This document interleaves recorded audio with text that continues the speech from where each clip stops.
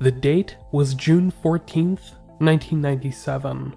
Australia was in the middle of its winter season, and 22-year-old Bilynda Murphy, who lived in Moe, about 130 kilometers east of Melbourne, was planning to enjoy a night off from her traditional motherly duties. You see, Bilynda had 2 children, Brianna, who was about 2.5, and Jaidyn, who was a little over 1 year old.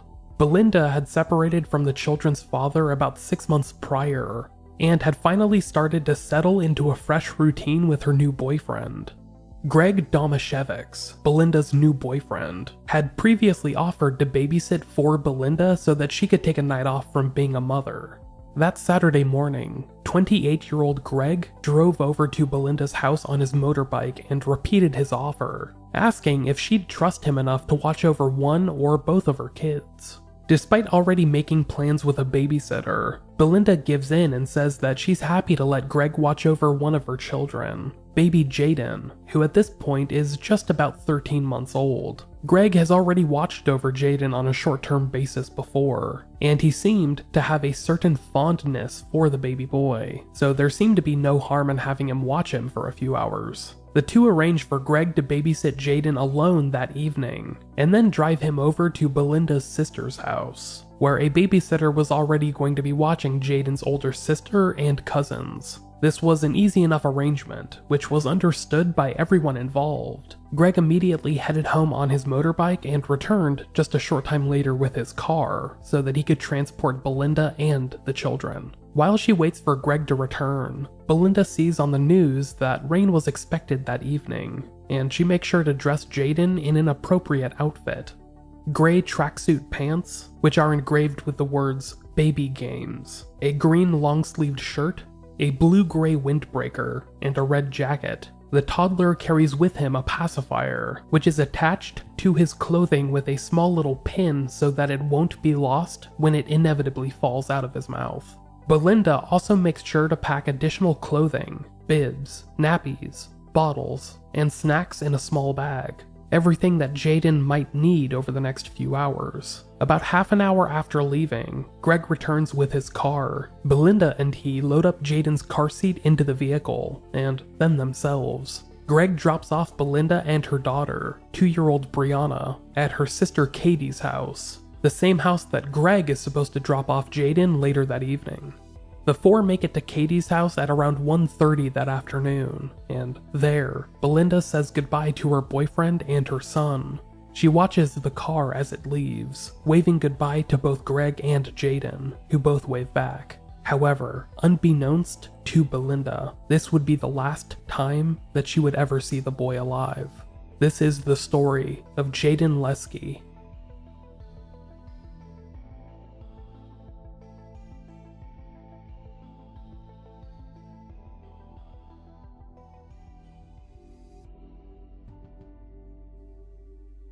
Bilynda and Katie Murphy were both born in the 1970s, and grew incredibly close as sisters of a similar age.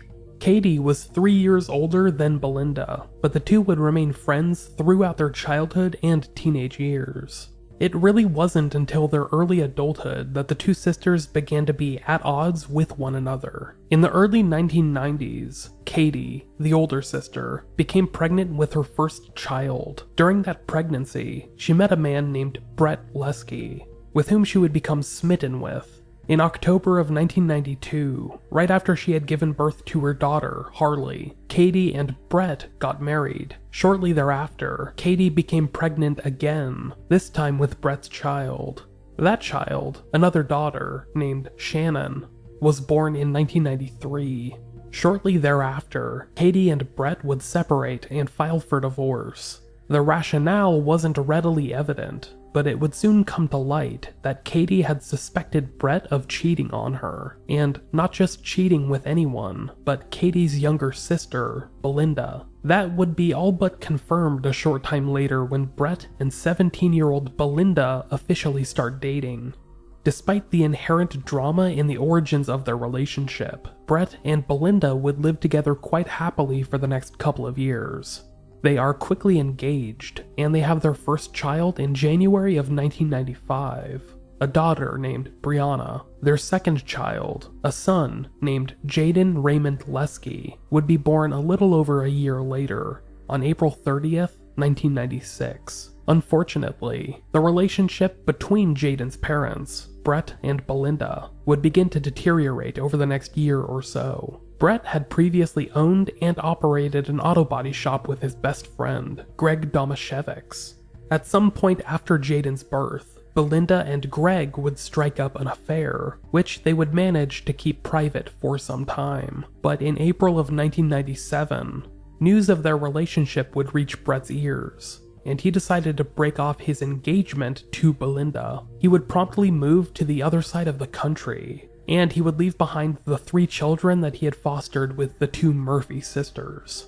Bilynda, who was still in her early 20s, was now left alone with her 2 children, Brianna and Jaidyn. She decided to continue seeing Greg, the man that she had been seeing behind her fiance's back, but would remain unaware that he had a secret of his own.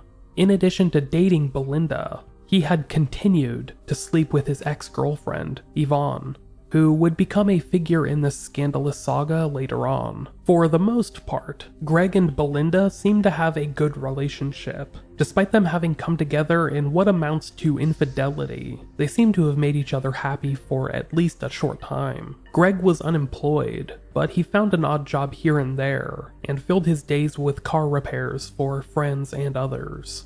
He lived in his own home on the other side of town, along with 3 dogs. Looking back, it's easy to see that there were flaws in Greg and their relationship that Bilynda might have overlooked. In particular, Greg seemed to show some concerning signs of attachment to Jaidyn, Bilynda's young son. Greg often told Bilynda that he did not like the babysitter that she had hired to watch over the children, and he was constantly offering to watch over Jaidyn in the sitter's absence. He would never really express the same concerns or interest in Bilynda's other child, 2-year-old Brianna, nor their cousins, Harley and Shannon, who were constantly around and being watched by the same sitter.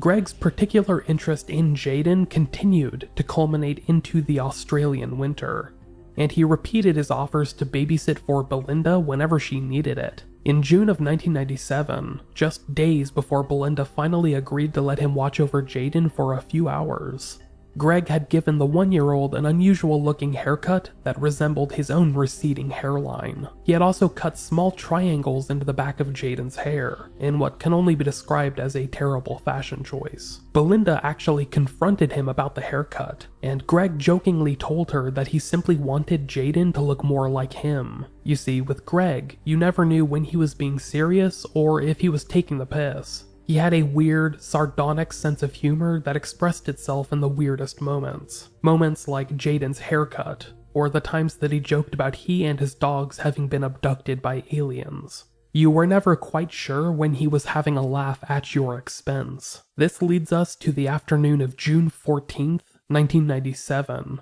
when Greg drives away with 1-year-old Jaidyn Leskie in the backseat of his car, as 22-year-old Bilynda prepares to enjoy her first night out in months. Before they leave, Greg hands Bilynda an extra $70 in cash and tells her to have a good time. Bilynda later recalled, quote, "I then gave Jaidyn, who was still in the car seat, a kiss.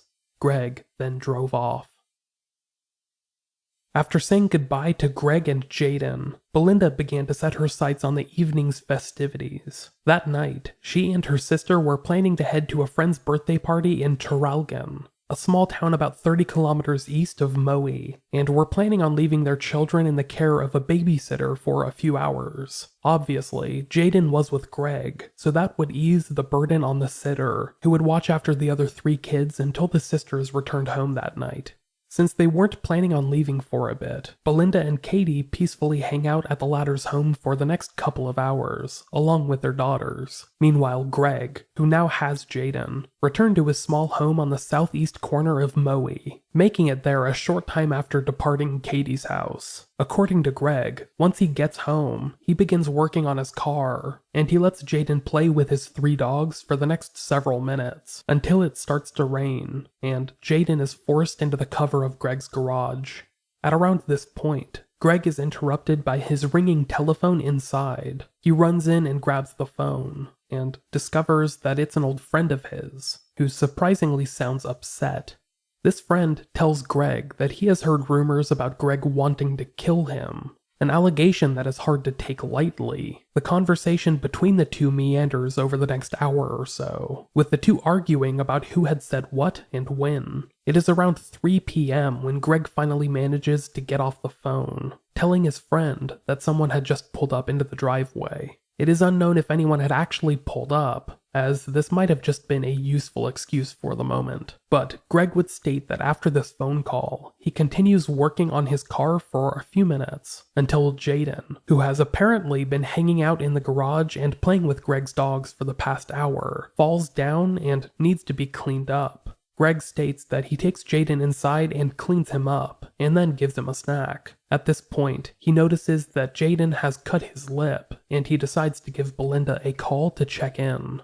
Bilynda and her sister are still hanging out with the kids, and she is there to receive Greg's phone call. He tells her about the previous call he had just had with his friend, which surprises Bilynda, who assumed that the two were still good friends. And he then follows that up by saying that Jaidyn is doing well. Greg describes the fall that Jaidyn had taken outside, as well as his cut lip, but promises that they are doing fine, and that he is going to give the boy a bath before bringing him home. Bilynda is assured that Jaidyn is doing fine, because as she speaks to Greg on the phone, she can hear Jaidyn in the background, playing along with the dogs.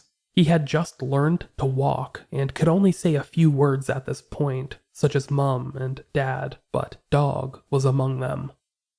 Over the next several hours, Bilynda and others would attempt to get a hold of Greg, but would be unsuccessful in doing so. By Bilynda's recollection, she attempted to call Greg 15 to 20 times that evening, but was unable to get a hold of him.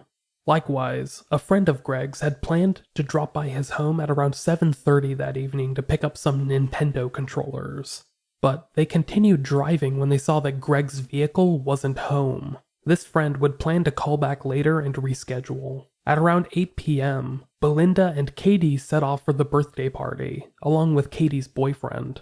Bilynda had still not been able to get in touch with Greg, and was starting to grow concerned over the welfare of her 1-year-old son, whom she had left in Greg's custody. That concern would continue to fester as they left, driving by Greg's home on their way out of town. Just like Greg's friend, they did not see Greg's car in his driveway, and took that as a sign that he was not home. When Bilynda arrived at the party a short time later, she would continue trying to call Greg, but these calls continued to ring or go to voicemail. It had now been hours since she last saw or heard from Greg, and she had no idea where he or her son were. Meanwhile, at around 8 p.m., Greg's neighbor, Marianne McKinnon, who lived next door to him on the other side of a vacant lot, tried calling Greg's phone. She had loaned some money to Greg's friends, and he was supposed to have paid her back earlier that day. So she tried calling at around 8, and as you would expect, Greg did not answer her call. He would not answer any of her subsequent calls that evening,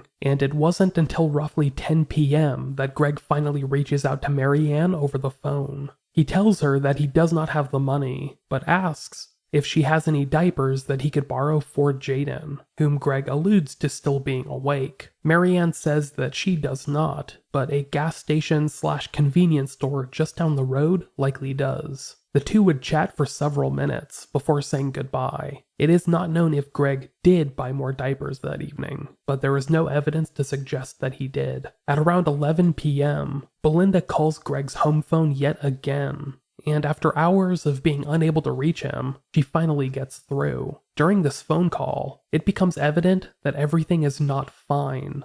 Greg tells Bilynda that, quote, shit's happened, unquote, and that Jaidyn had burned his bottom by standing too close to a heater in Greg's house. Because of that, he had taken Jaidyn into a nearby hospital to receive treatment, and they had applied some kind of cream to the burn mark. This, however, apparently wasn't enough of a treatment for Greg, so he tells Bilynda that he had taken Jaidyn to another nearby hospital afterwards to get a second opinion. This is where Jaidyn was as the two were talking on the phone, allegedly at the second hospital, where he was being overseen by staff. As you can imagine, this causes Bilynda to start to panic. She is still celebrating with her friends and family at a birthday party a town over, but tells her sister Katie that she is going to head out and figure out what's going on with Jaidyn. However, Katie assures her that Greg was most likely joking or exaggerating, and a follow-up phone call with Greg confirms that.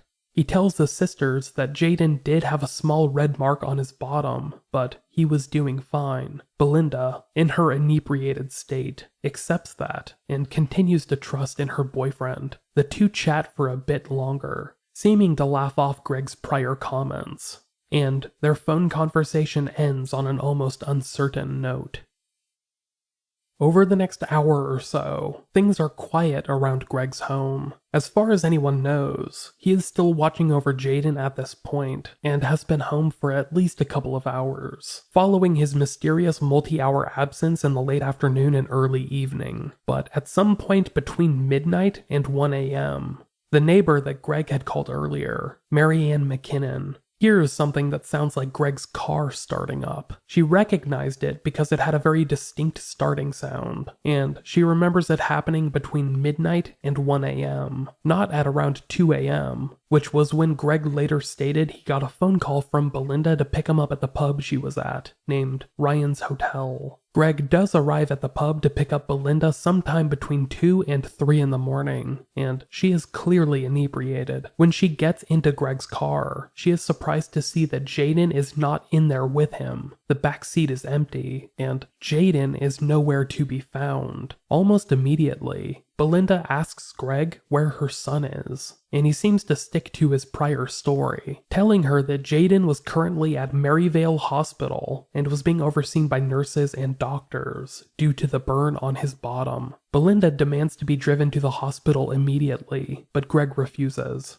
He tells Bilynda that showing up in such a state of inebriation would not look good for her, and he alludes to him dropping off Bilynda at home and then him returning for Jaidyn. Conveniently, Greg had an open bottle of Jack Daniel's whiskey in the car with him, and he encourages Bilynda to take a few sips as they drive home. Over the next several minutes, Bilynda continues to pepper Greg with questions in her inebriated state, but he continues to evade them with vague and non-committal answers.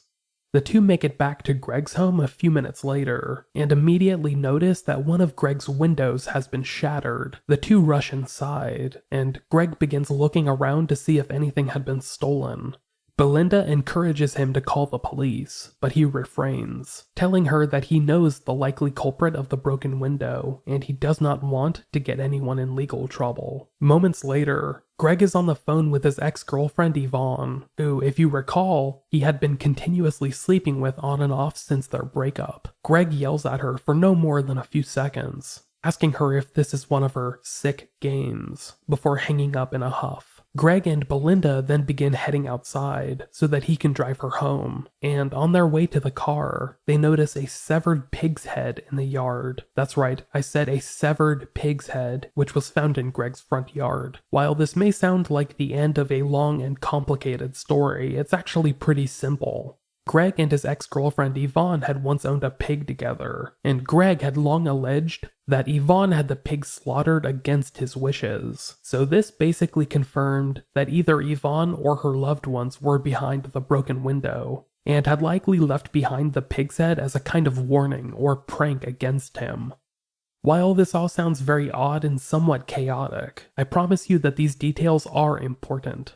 Much of this information would become relevant later on, including the details about Greg's ex-girlfriend and the pig's head. I promise you, it's all pertinent.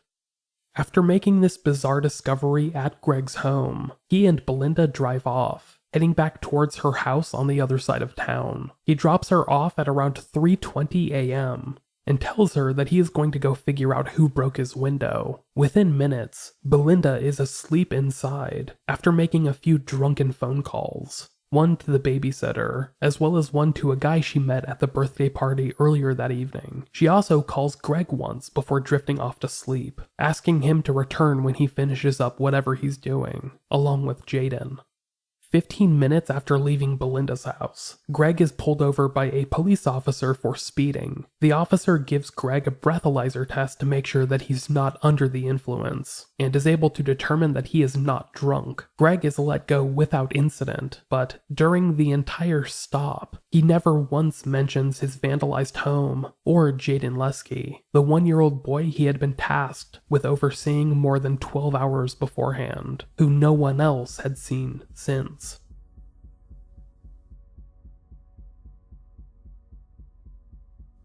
"22-year-old Bilynda Murphy, who had drunkenly passed out in front of a heater, is woken up by Greg approximately an hour and a half after falling asleep. It's almost 5 o'clock in the morning, and Greg, having shaken Bilynda awake, finally tells her that he has been lying to her for hours. Greg admits that Jaidyn was not in the hospital. In fact, Greg did not know where Jaidyn was. He tells Bilynda that the boy has likely been abducted, and they need to report him missing with the police. Unlike the other times that Greg's odd sense of humor expressed itself, Bilynda could tell that Greg was being serious this time. He hugs Bilynda and tells her that he is so sorry, and he apologizes for having lied to her repeatedly over the past few hours.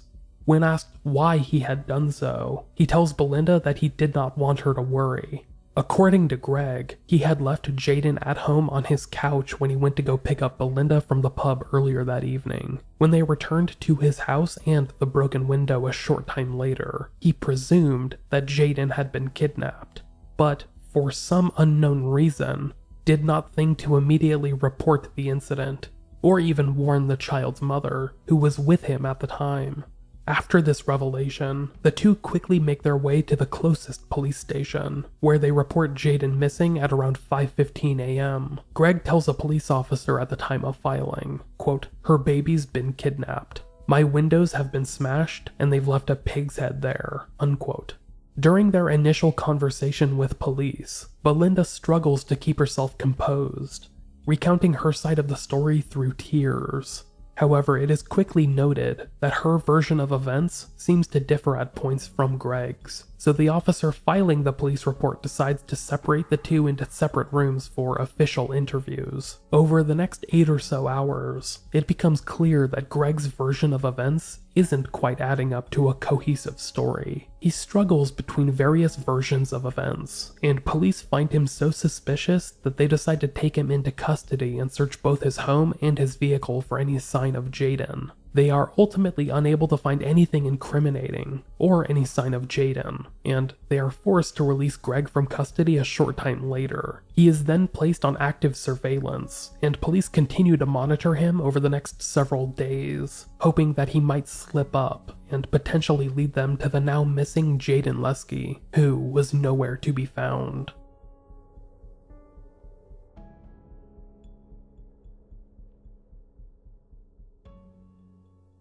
On the morning of June 15th, 1997, Bilynda Murphy dropped into a police station in Moe, Victoria, to report her 14-month-old son Jaidyn Leskie missing. She had done so alongside her then-boyfriend, Greg Domaszewicz, whom she had been dating for several months, and who was also the person responsible for watching over Jaidyn during the time he disappeared. Following the filing of Jaidyn's missing persons report, Bilynda was free to go, and she began making efforts to track down her missing child alongside her family and friends, who often refused to leave her side. After returning home, though, Bilynda noticed that many of Jaidyn's toys and things seemed to be out of order, even beyond his regular messiness. It almost seemed like someone had pilfered through his things when they were gone, but she knew that the police had been searching the home for Jaidyn, and for the time being, that was enough to explain away the mess. Meanwhile, Greg continued to be held in police custody, until he was finally released the next day due to lack of evidence. Following his release,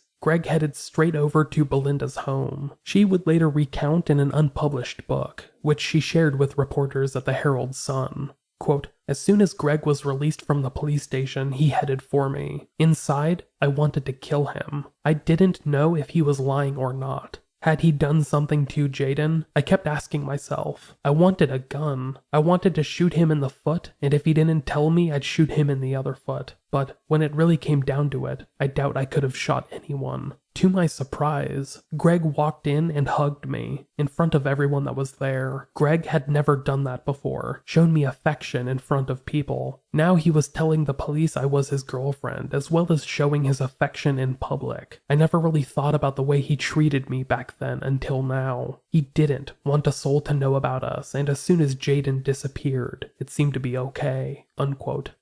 This was a big break in their relationship, but it unfortunately came one tragedy too late. You see, Greg and Bilynda had been dating for the better part of a year, both privately and publicly, but throughout the entire time, Greg had seemingly tried to distance himself from Bilynda in front of his friends and family. He often introduced her as Leskie's ex-Mrs., referencing his old friend, Brett, who had once been Bilynda's fiancé. And he never showed her any public signs of affection until after Jaidyn had disappeared. This seemed very reminiscent of Greg's prior relationship with his ex-girlfriend, Yvonne Penfold, whom he had continued sleeping with during his relationship with Bilynda. According to Yvonne and her loved ones, Greg had been neglectful and even abusive towards Yvonne, and a forensic sweep of Greg's home would later find Yvonne's blood in an upstairs bathroom. It was that abusive nature that had eventually earned Greg the broken window and severed pig's head in his front yard. Both acts had been carried out by Yvonne's brother and friends in a drunken bout of intimidation. This group had gathered outside of Greg's house on the night Jaidyn went missing, and waited for Greg to leave just after midnight before committing the act of vandalism. According to them, they threw the pig's head against the window twice, and when it failed to shatter the glass, they decided to pelt the window with rocks before leaving. They would later describe this as an idiotic act of revenge, which only muddied up an already confusing crime scene. However, in the process, the group of guys that had vandalized Greg's home inadvertently made themselves witnesses to a potential crime. They would testify over the next several weeks and pin down certain elements of the story, such as the time that Greg had left his home, somewhere around 2 a.m., and provided an explanation for the broken window and pig's head. Surprising no one, though, the young men that vandalized Greg's home denied having any involvement in Jaidyn Leskie's disappearance.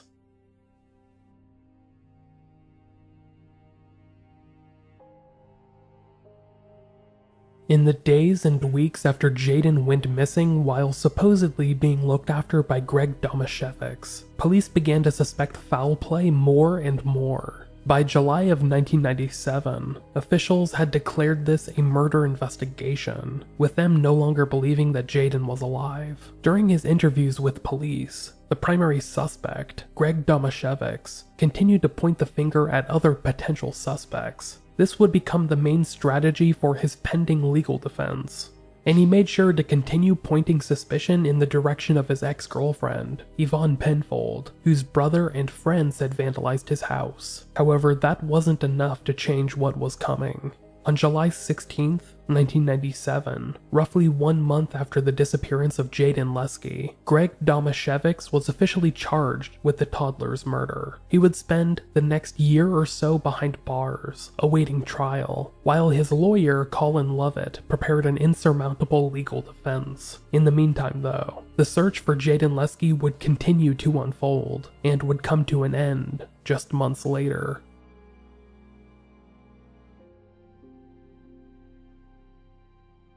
Now, we're going to pause for just a moment to hear a word from today's sponsor. When 3 women disappear without a trace in scenic Southern California, it takes a bold and unwavering detective to link their cases together and ultimately seek justice.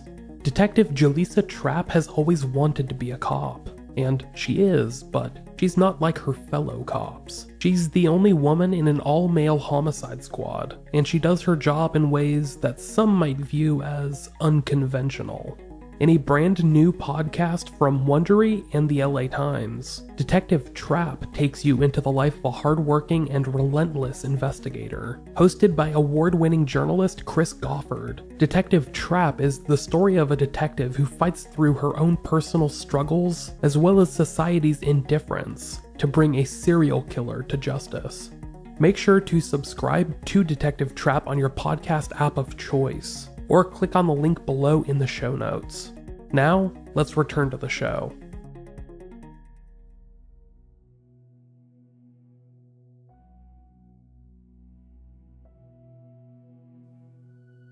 Roughly 6 months after Jaidyn Leskie went missing, on January 1st, 1998, New Year's Day, a family was celebrating the summer weather with a picnic at Blue Rock Lake. It was here that the body of Jaidyn Leskie was found, just downriver from the Blue Rock Dam, about 18 kilometers north of the town he had gone missing from. According to the police reports filed at the time, Jaidyn was found in some of the same clothing from when he had disappeared, and his body had been weighed down in the water with a crowbar. He had an elastic-type bandage on his left arm, which covered his skin from elbow to wrist. An autopsy would later reveal that the boy's arm had been broken no more than a day or two prior to his death, due to there being no signs of healing. The bandage appeared to have been haphazardly placed on Jaidyn's arm, and it was theorized that it might have been applied after his death due to the severe pain it would have caused.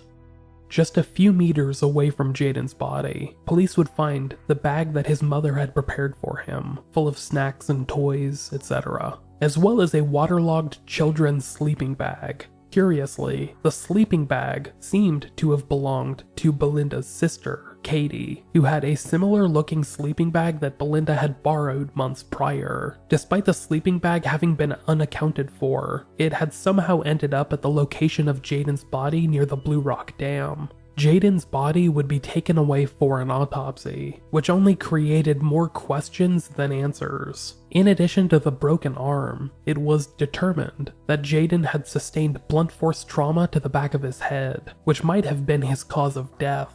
He also had what looked like a rib fracture, but it was speculated that this fracture might have been caused days or weeks prior to his death, and it was possible that he had been living with it for a short time. Because Jaidyn's body was so well preserved at the time of his discovery, it was speculated that he had been thrown into the water during the winter months, and the cold water had kept his remains mostly intact. However, partial decomposition had started to take place, and officials were unable to confirm the wound to the back of his head as his official cause of death. For that reason, officials were unable to rule out other potential causes, such as strangulation or drowning. The most surprising thing to come out of the autopsy was the finding of a drug called Banaxol in Jaidyn's blood, which had usually been found in medication for Parkinson's disease. Jaidyn had been drugged with this substance several hours before his death, but it was impossible to establish a firm timetable for its consumption. It is possible that Jaidyn had accidentally ingested it,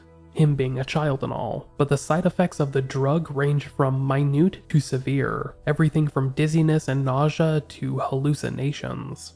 Bilynda and Katie Murphy, who each looked at photos of Jaidyn's body afterwards, would state that his hair appeared to be longer than it had been when they last saw him. However, skeptics seemed to brush this aside. As a general rule, the skin around people's hair and fingernails tends to recede after their deaths, so this might have just been a simple misattribution. Following the discovery of Jaidyn's body, it became official that foul play had been involved in his death, and with a suspect already in custody, police began moving forward to confirm their long-held suspicions, and continue investigating the mysterious circumstances surrounding poor Jaidyn Leskie's death.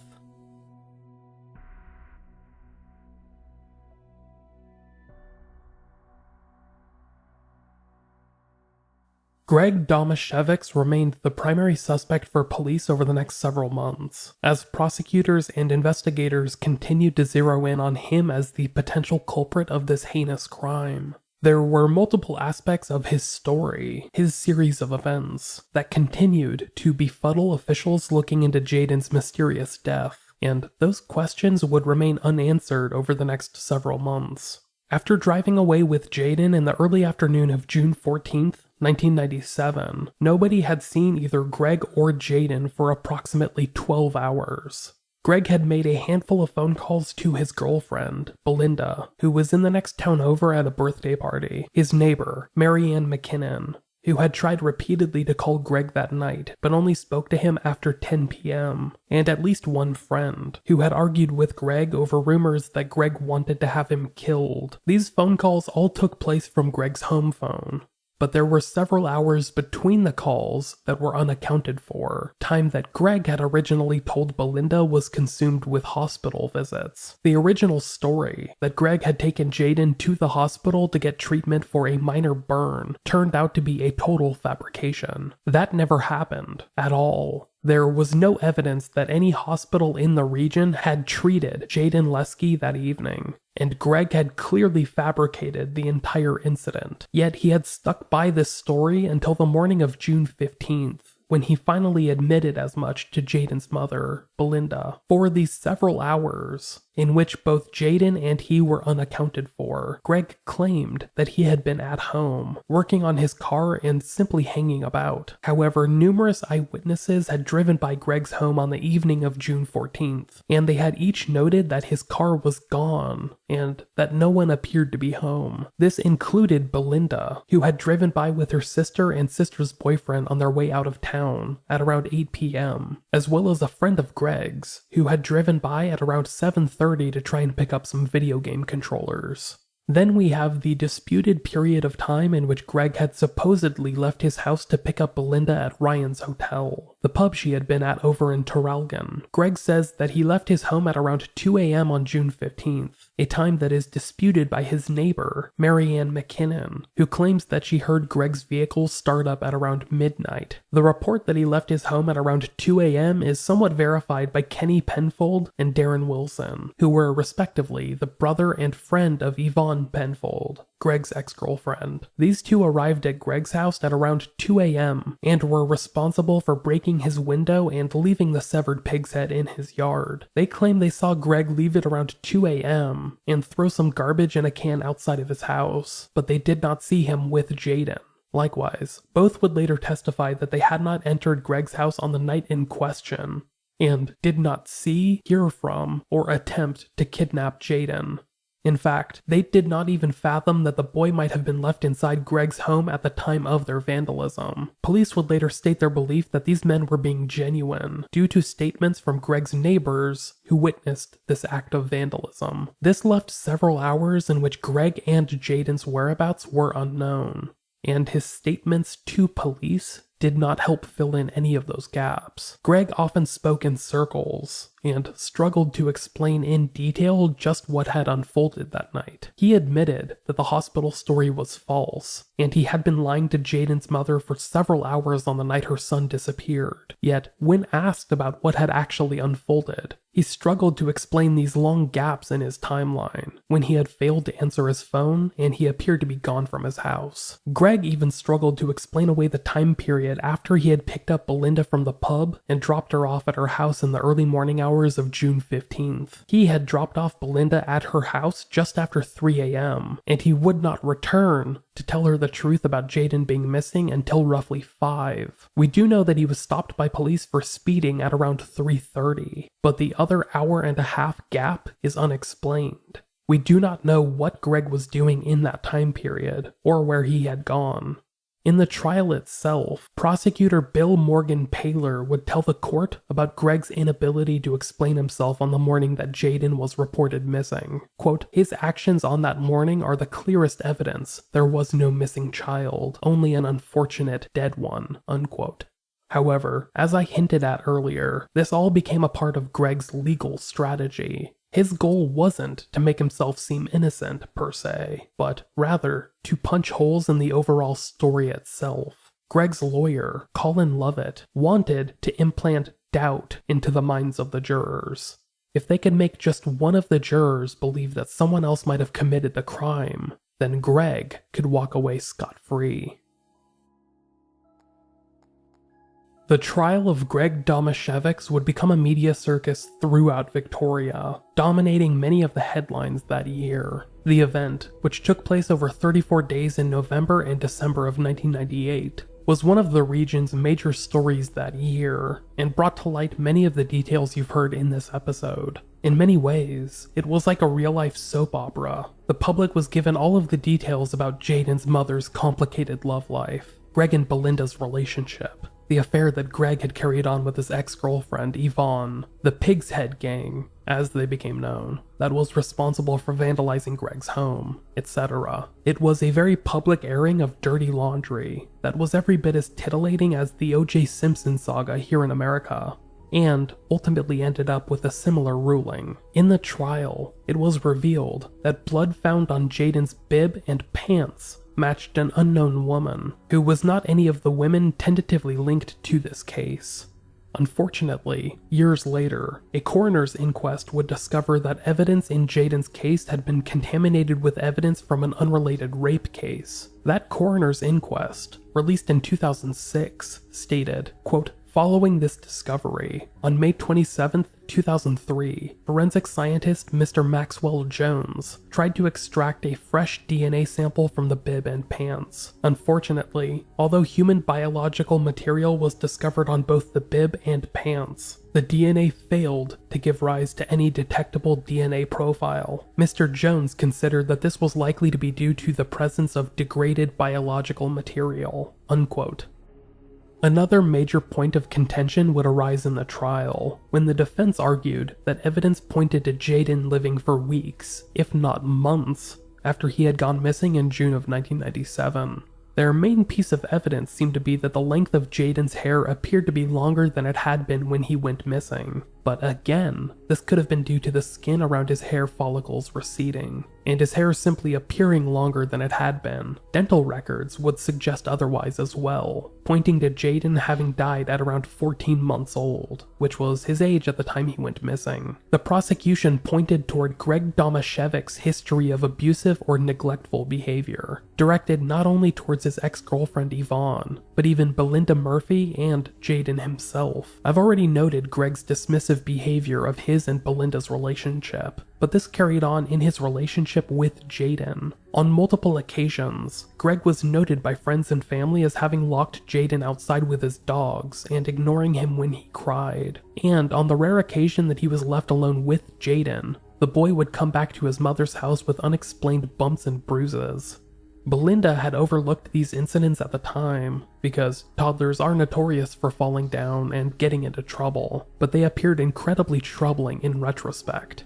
In the trial, the prosecution would also reveal that in the early days of the case, they discovered evidence that seemed incredibly suspicious. This included some of Greg's clothing at the time of his arrest, as well as his wallet, both of which were soaking wet, and seemed to implicate him having deposited Jaidyn's remains in a body of water. A search of his home would reveal wet banknotes underneath his mattress, and bloody tissues found in Greg's garbage can seemed to match up with Jaidyn's blood type. However, despite these pieces of evidence pointing towards suspicion, they were not really incriminating in any way. Despite the state building a promising case against Greg Domaszewicz, they were ultimately unsuccessful in convicting him for the murder of Jaidyn Leskie. On December 4th, 1998, a jury acquitted Greg in the case, and he was set free after spending more than a year behind bars.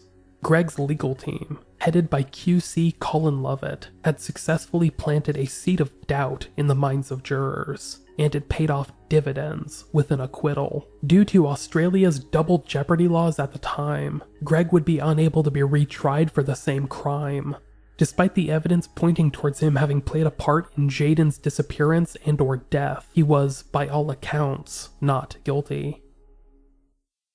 Despite Greg's acquittal in the murder trial of Jaidyn Leskie, he was far from innocent in the public's eyes. Many would continue to blame him for the toddler's death, either directly or indirectly, and he is now likened to Australia's version of Casey Anthony, a parental figure that likely played a part in a child's death, but was found not guilty in a court of law. It would later be found out that while in custody, Greg had allegedly confessed to a fellow inmate. In this confession, Greg allegedly told the inmate that Jaidyn's death had been accidental, and that while Greg was out working on his car, something had happened that caused the jacked-up vehicle to fall down on Jaidyn. This could have explained Jaidyn's broken arm, as well as the painkillers that were later found in his bloodstream, which might have been an attempt to temporarily dull the pain or cause Jaidyn to lose consciousness. However, the testimony of this inmate was later found to be inadmissible, and this testimony was not allowed in the trial. As if that wasn't enough, listen to these news segments, in which they report about Greg allegedly confessing to acquaintances of his who were tied to the Australian criminal underworld. The inquest into Jaidyn Leskie's death has heard a secret recording by the Police Underworld Task Force in which Greg Domaszewicz comments on the difference between accidental death and murder. As Rachel Rollo reports, the coroner has ordered him to appear at the hearing. Michael Rafter's client, Greg Domaszewicz, didn't appear at court, but he was, as usual, the centre of attention. A phone conversation between the 36-year-old and Stephen Venyman, the brother of alleged underworld hitman Benji, was played to the coronial inquest. He rang Venyman concerned that a woman called Roberta thought he did do it. What about when you tormented that kid? That was different. It was a long time ago. Well, why was that different? You dropped that car on it. No, I'm telling you now, there's a big difference from that and f***ing murder. That, for a start, that's accidental death. It's really a conversation you can read in a number of ways, and he's certainly not saying that he was aware that it was an accident. Secretly recorded by underworld investigators, Greg Domaszewicz was speaking with Stephen Venyman, the older brother of dead gangland figure Andrew Venyman. Asked about tormenting a child, Mr. Domaszewicz laughed and replied that was different, it was a long time ago. He also said there was a big difference between murder and dropping a car on a child, claiming that would be accidental death instead. At the murder trial, which ended in Mr. Domacewicz's acquittal, prisoners claimed he'd admitted Jaidyn's arm was fractured when a car fell on it. On the tape, Mr. Domaszewicz was also angered by claims underworld figure Roberta Williams thought he'd killed Jaidyn. He's saying that he had nothing to do with the death of the child.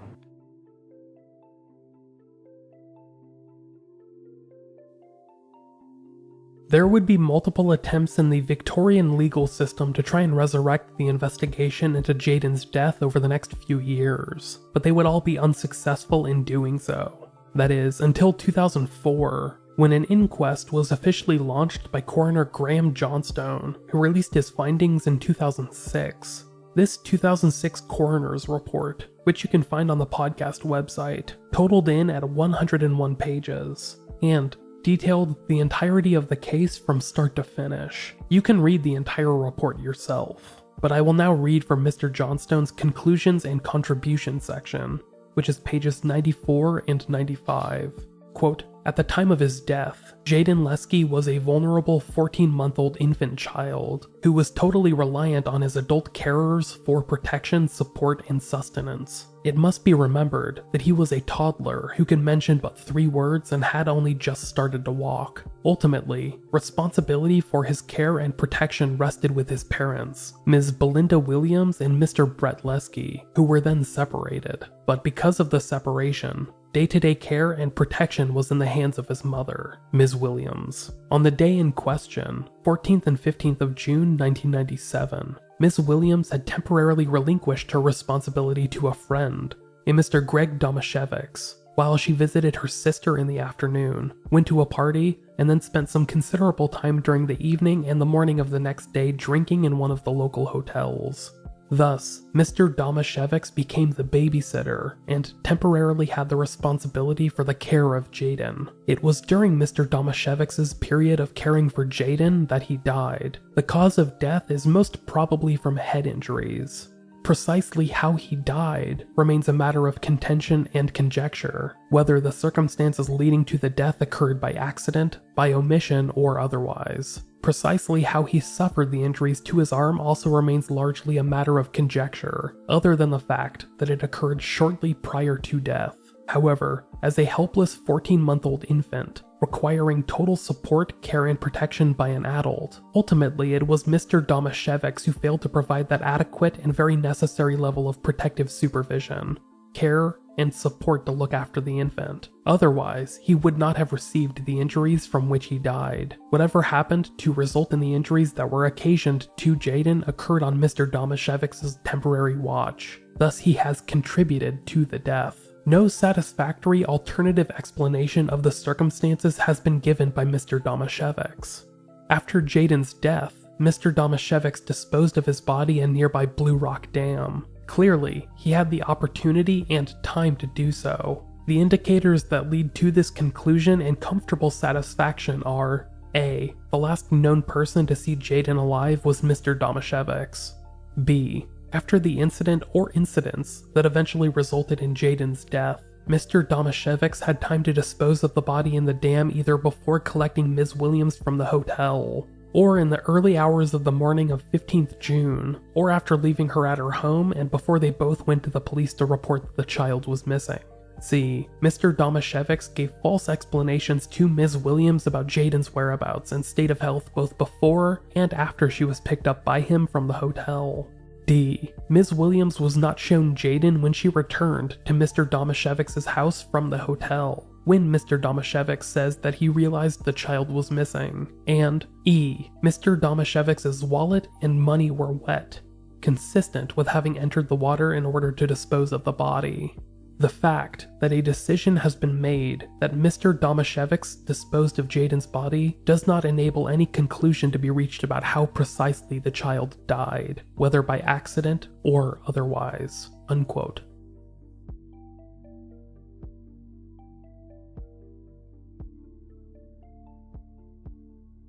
The 2006 inquest seemed to put a lot of emphasis back on the Jaidyn Leskie case, and was particularly critical of both Greg Domaszewicz and the Victorian police. In particular, the Forensic Science Unit, whose mishandling of evidence made it nearly impossible to re-examine all of these years later. To date, nobody else has been charged with or even publicly suspected of Jaidyn's murder. However, there remains a slight possibility that justice may yet be served in this case. You see, over the past few years, Australia's double jeopardy laws have been watered down, so to speak, and select cases where suspects have been acquitted have been allowed to be retried years later. These exceptions are generally only allowed in cases where new and compelling evidence has been found, and the case is a serious offense, such as murder or rape, where the possible sentence is at least 25 years, if not life imprisonment. Many continue to call for justice decades later, including Jaidyn's mother, Bilynda. In the years since Jaidyn's death,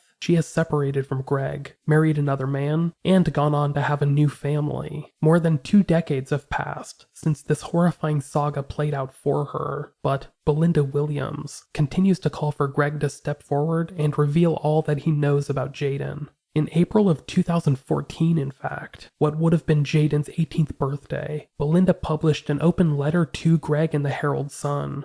My friend Kristi was gracious enough to record this open letter for us, so that is how I am going to close out this episode. Soon it should be Jaidyn's 18th birthday. I've been thinking about it for weeks. What would I do on the day he was born 18 years later without him here? What would I do on this day to remember my son and do something in his memory? What I wouldn't give to have him here in the morning when he wakes up, spoil him with presents, and be able to wish him a happy 18th birthday. Instead, it will be a day of no presents and no presents. Instead, I write this letter to you. I've already pressed delete 1,000,000 times while typing this because really, what do I say to you? There isn't a day that passes in my life that I don't say good morning or good night to Jaidyn. I don't always say it out loud and mostly keep my thoughts in my own head. What I can't understand is how you can look into that mirror each day and know what you did to my whole entire family. At first, when all this happened, it was all a bit of a blur. I never imagined in my wildest dreams that I would ever wake up to the nightmare that this has been, and probably will be until my last breath. I'm now 38 years old. I still wake up every day and go to bed every night. I cry in silence. I think in silence. I am somewhat trapped in my own mind because I don't want to burden anyone with what I feel or what I go through each and every single day. I've lost friends and my entire family because of the bitter and untrusting person I've become today. I take my children to school, and every single day a part of me is scared they won't be there when I go to pick them up. I rarely let them stay over at friends' houses in case something happens, and in a way I spoil them so they have everything they need at home and won't want to go to friends' houses. I will be making my children's school lunches in the morning, and a part of me feels guilty that when I'm buttering that bread, that I'm not making his lunch for him. I can be brushing my hair and wonder what his hair would be like, what he would look like, what he would smell like. I will be in the laundry folding the washing and wondering what would he be wearing today? Where is his pile of clothes? I pretend he's sitting on the end of my bed in the middle of the night, and I stare at the end of the bed hoping that this will all just be a nightmare from which I will someday wake up. When Daniel Morecambe's killer was sentenced recently, a part of me was happy to see that pig rot in jail for the rest of his life. Yet a part of me was still a little jealous that Jaidyn's case is still a mystery. You will never, ever even come close to what a mother goes through when her child is taken from her. When Jaidyn was missing, I kept telling myself that he would turn 18 someday and find me. I honestly believed that. But he will be turning 18 soon, and I know there will be no knock on the door. When Michael Roberts came up to the top of the hill at Blue Rock Dam that day he was found, and sat me in his car and explained to me that it was Jaidyn's body that was found, I can't even begin to explain what hearing those words were like to a parent. When I lost Jaidyn, I lost myself. I have no real friends. I have no family left. I push people away because I find it extremely hard to trust anyone now near my children. As soon as people get close to me, I start panicking and find reasons to eliminate them from my life rather than them hurt me or my children. I was asked recently how I would celebrate Jaidyn's birthday. Celebrate is used for happy times, happy memories, and I won't celebrate Jaidyn's birthday because I can't. Please, before you die, write down what happened and store it somewhere, but please, if anything, for Jaidyn, let the truth be known to all. I know nothing that ever happens in the future, nothing will ever bring him back to me, but we deserve to know what happened. So please, before your own life ends, please, just tell the truth. Jaidyn deserves that much. As of this episode's recording, the story of Jaidyn Leskie remains unresolved.